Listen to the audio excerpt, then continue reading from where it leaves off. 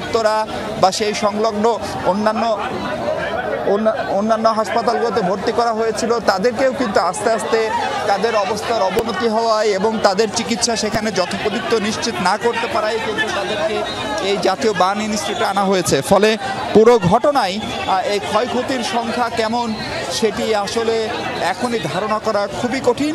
শুধু এটুকু বলি, আমরা যতটুকু জানতে পেরেছি এরই মধ্যে মাইলস্টোন কলেজের একজন শিক্ষার্থী মারা গেছেন এবং তিনি সম্ভবত পঞ্চম বা ষষ্ঠ শ্রেণীর শিক্ষার্থী হতে পারেন, তার ছবি দেখে আমাদের যেমনটা মনে হয়েছে। যেটি বলে রাখা ভালো, মাইলস্টোন কলেজের দিয়াবাড়ি ক্যাম্পাসের যে ভবনের উপরে প্রশিক্ষণ বিমানটি বিধ্বস্ত হয়েছে সেই ভবনটি ছিল দোতলা এবং সেই ভবনটিতে 4টি শ্রেণীর ক্লাস হতো, পঞ্চম, ষষ্ঠ, সপ্তম এবং অষ্টম। অর্থাৎ যে শিক্ষার্থীরা ক্লাসে ছিলেন তাদের বয়স হয়তো 10 থেকে 13-14 বছরের ভিতরে, এবং তাদের সঙ্গে তাদের শিক্ষকরা ছিলেন, অন্য সাপোর্ট স্টাফরা ছিলেন। তারা সবাই আসলে কম বেশি আহত এবং পুড়ে গেছেন।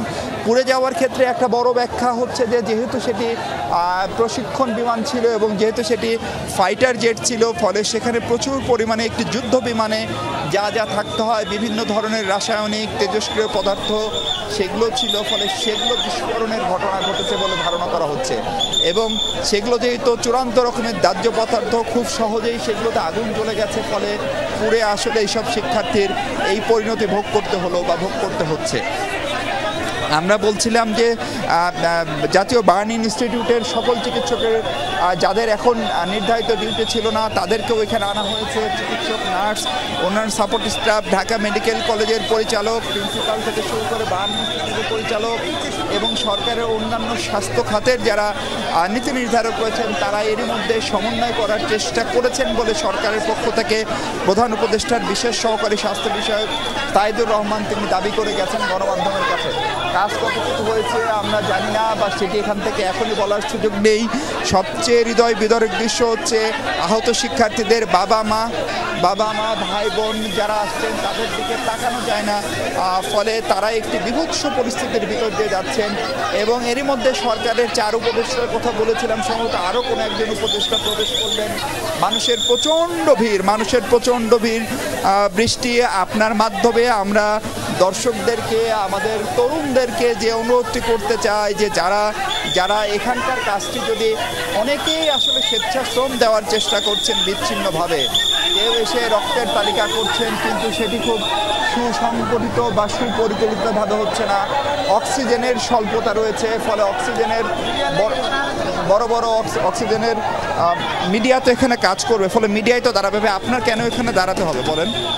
ফলে উৎসুক যে মানুষ তারা এসে এখানে দাঁড়ানোর চেষ্টা করছেন।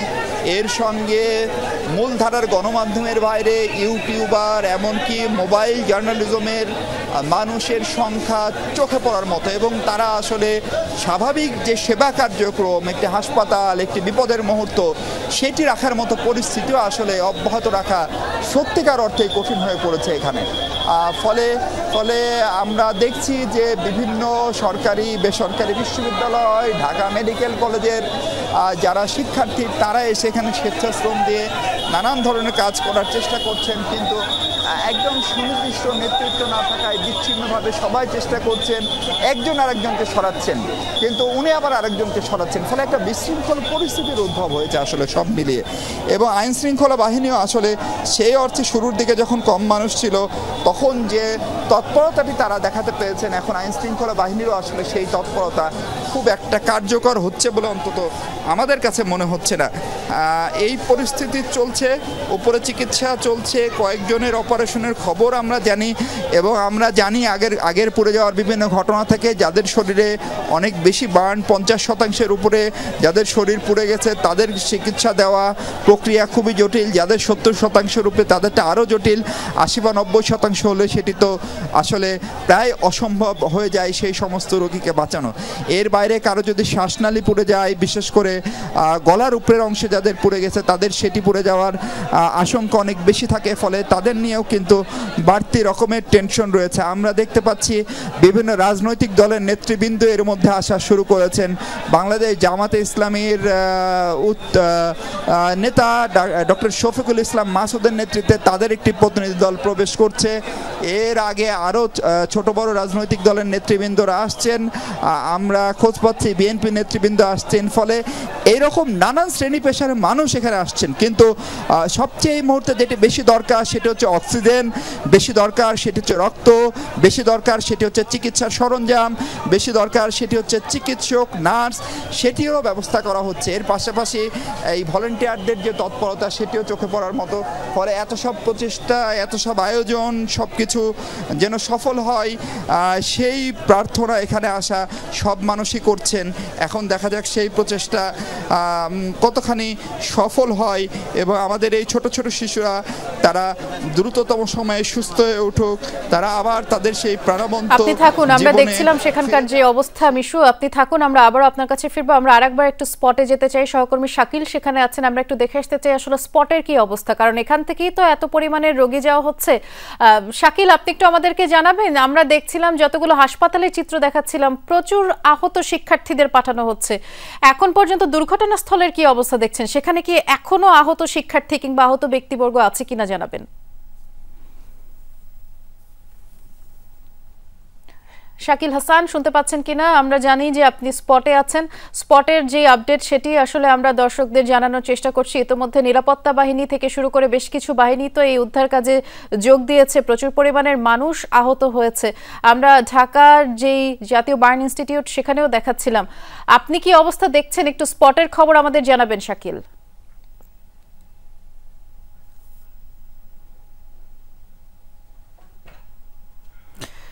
দর্শক, আপনারা দেখছিলেন, আমরা সরাসরি দেখাচ্ছিলাম ঢাকা মেডিকেলের যেই জাতীয় বার্ন ইনস্টিটিউটের চিত্র সেটি আপনাদেরকে দেখাচ্ছিলাম। এবং শুরু থেকে যদি আপনাদের আরেকবার জানাই, রাজধানীর ঢাকার উত্তরায় যে মাইলস্টোন স্কুল অ্যান্ড কলেজটি রয়েছে সেই ক্যাম্পাসের যে ভবনটিতে বাংলাদেশ বিমান বাহিনীর প্রশিক্ষণ বিমান বিধ্বস্ত হয়েছে। এবং এই বিমানটি যখন বিধ্বস্ত হয়, যেই ভবনে পড়েছে সেই ভবনে তখন স্কুলের যে জুনিয়র শিক্ষার্থীদের ক্লাস চলছিল বলে আমরা জানতে পেরেছি। এবং জুনিয়র সেকশনের ওই ভবনে আছে নার্সারি 1, 2, 3 এসব শ্রেণীর আসলে ক্লাস হয় সেখানে। এবং উত্তরা আধুনিক হাসপাতালের একটু খবর আমরা নিতে চাই, কারণ সেখানেও বেশ কিছু আহত শিক্ষার্থী, আহত ব্যক্তি যারা আছেন সেখানে গেছেন। প্রচুর রক্ত দরকার। দর্শক, আপনারা যারা ইতোমধ্যে আমাদেরকে টেলিভিশন স্ক্রিনে দেখছেন, আপনারা ইতোমধ্যে দেখেছেন হাসপাতালগুলোর সামনে প্রচুর মানুষ জমায়েত হয়েছে। এবং যারা শুনছেন ও নেগেটিভ রক্তের প্রচুর প্রয়োজন, আপনারা যারা ইচ্ছুক আছেন তারা চাইলে উত্তরার আধুনিক হাসপাতাল কিংবা ঢাকা মেডিকেলে যোগাযোগ করতে পারেন, কারণ এই মুহূর্তে প্রচুর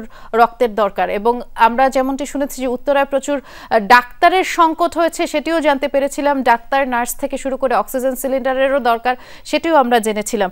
আর আমরা যেমনটি বলছিলাম, যেই প্রশিক্ষণ বিমানটি বিধ্বস্ত হয়েছে, যেই ভবনের উপর বিধ্বস্ত হয়, ওই ভবনটিতে 100 থেকে 150 শিক্ষার্থী ছিল বলে জানা গেছে। তার মানে ইতোমধ্যে আপনারা আসলে আন্দাজ করতে পারেন যে কতগুলো শিক্ষার্থী আসলে এই ঘটনায় আহত হয়েছে। ইতোমধ্যেই আমরা জাতীয় বার্ন ইনস্টিটিউটে 60 জনের বেশি শিক্ষার্থী কিংবা অন্যান্য আহত ব্যক্তি ভর্তি হয়েছে আমরা জেনেছি। আমরা উত্তরা আধুনিক হাসপাতালের খবর একটু জানবো, সহকর্মী শামীম রেজা আছেন। শামীম, আপনি কি অবস্থা দেখছেন? কিছুক্ষণ আগে আপনি কি বেশ কিছু প্রত্যক্ষদর্শীর কথা আমাদেরকে জানাচ্ছিলেন, এখনো কি আহত যারা আছেন তারা আসছেন কিনা, অ্যাম্বুলেন্স আসছে কিনা, নতুন করে কেউ ভর্তি হয়েছে কিনা আমাদেরকে একটু জানাবেন।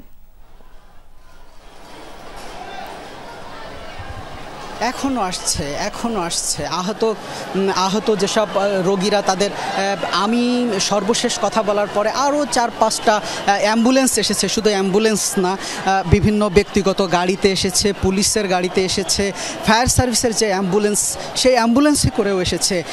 ইতিমধ্যে আসলে তারপরে আরও 20-এর অধিক আহত রোগীরা আসলে এখানে এসেছেন। এবং আমি এখন উত্তরা আধুনিক মেডিকেল কলেজের 3 তলায় অবস্থান করছি।